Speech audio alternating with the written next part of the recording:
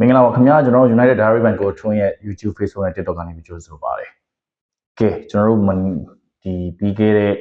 ဒါကျွန်တော်တို့တင်းကနေညအင်္ဂါနေ့မနက်ပေါ့နော်။ဘုံမောက်ကို၄ကိုစီတေးချခဲ့တဲ့ပွဲစဉ်အပြီးမှာကျွန်တော်သတင်းစာရှင်းလင်းပွဲတို့မီဒီယာအင်တာဗျူးမှာဆိုရင်ဒါအသင်းကောင်းဆောင် Bruno Fernandes နဲ့ပတ်သက်တဲ့သတင်းတွေသူကိုယ်တိုင်ပြောတဲ့စကားတွေတက်လာတယ်ပေါ့နော်။ဆိုတော့ပြီးခဲ့တဲ့နှစ်တွေတည်းကလည်းဒါ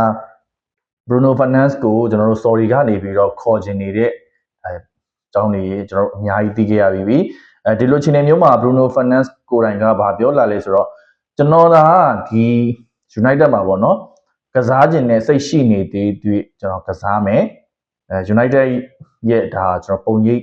နဲ့အတူပေါ့နော်သူဆက်ရှိနေခြင်းသေးတဲ့ပုံစံမျိုးပြောလာတာရှိတယ်တကယ်လို့သူပြောင်းဖြစ်ခဲ့မယ်ဆိုရင်လည်းကျွန်တော်အီတလီတို့ဒီစပိန်တို့လည်းဖြစ်နိုင်တယ်ပေါ့နော်ဒါပေမဲ့သူ sorry ကိုတော့လုံးဝသွားမှာမဟုတ်ဘူးဆိုတဲ့ဟာမျိုးတော့ဒါအရေးမျိုးပြောသွားတာတော့ရှိတယ်ဆိုတော့ဒီလိုအချိန်ဒီမှာကဲ Bruno Fernandes ထွက်သွားမယ်ဆိုရင်ဒါကျွန်တော်တို့သူ့အနေနဲ့စပိန်လာလီဂါဖြစ်ဖို့အဓိကတော့များတယ်လို့ကျွန်တော်တို့ယူဆရတယ်ဘာကြောင့်လဲဆိုတော့ကျွန်တော်တို့ဒါ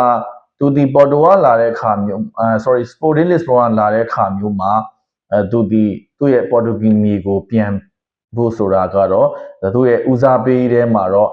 ရှိမနေဘူးဆိုပေမဲ့လေသူကသွားချင်နေတယ်ဒါပေမဲ့လေကစားသမားတွေဒီတခုဒါကျွန်တော်တို့စဉ်းစားစရာဖြစ်တာကထွက်လာပြီးတဲ့အသင်းကိုပြန်ဝင်ဖို့ဆိုတာကျွန်တော်တို့တော်တော်လေးစဉ်းစားရတဲ့အနေအထားမျိုးတွေရှိတယ်သူတို့ဒီအသင်းမှာဒါကစားခဲ့ပြီးထွက်လာတယ်တော့နောက်အသင်းမှာပြန်ပြီးတော့အောင်မြင်မှုထပ်ယူခြင်းအဲ့တော့တကယ်တော့သူကလည်း United မှာ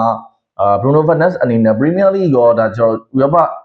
လာတစ်ခုပေါ့နော်ဒါမျိုးကိုလည်းသူအနေနဲ့အောင်မြင်မှုယူခြင်းနေတဲ့အနေအထားမျိုးမှာလည်းရှိတယ်ဆိုတော့ Bruno Fernandes ကကျွန်တော်ဒါ Portuguese ပဲပြန်မလားဒါမှမဟုတ်တကယ်လို့ United ကနေထွက်ခွာခဲ့မယ်ဆိုရင်တေး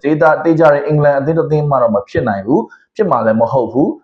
သူကလည်းသွားမှာမဟုတ်ဘူးစပိန်လာလီဂါဘက်ကိုပဲဖြစ်ဖို့များတယ်သူအနေနဲ့ဒါ Fla Challenge ပေါ့နော်ဒီ Trophy Challenge တခုရနိုင်မဲ့အသင်းကိုပြောင်းရွှေ့ခြင်းနဲ့ဆိုပြီးတော့လည်းကျွန်တော်တို့သိရပါတယ်ဟုတ်ကဲ့ပါအဲ့တော့ပရိသတ်တွေကတော့Bruno Fernandes နဲ့ပတ်သက်တဲ့အခြေအနေမျိုးမှာကျွန်တော်ပရိသတ်တွေက Bruno Fernandes ကိုထွက်ခွာစေချင်လားဒါမှမဟုတ်အသင်းမှာပဲဆက်လက်ရှိနေစေချင်လား comment မှာပြောခဲ့လို့ရပါတယ်ကျေးဇူးအထူးပဲတင်ရှိပါတယ်ခင်ဗျ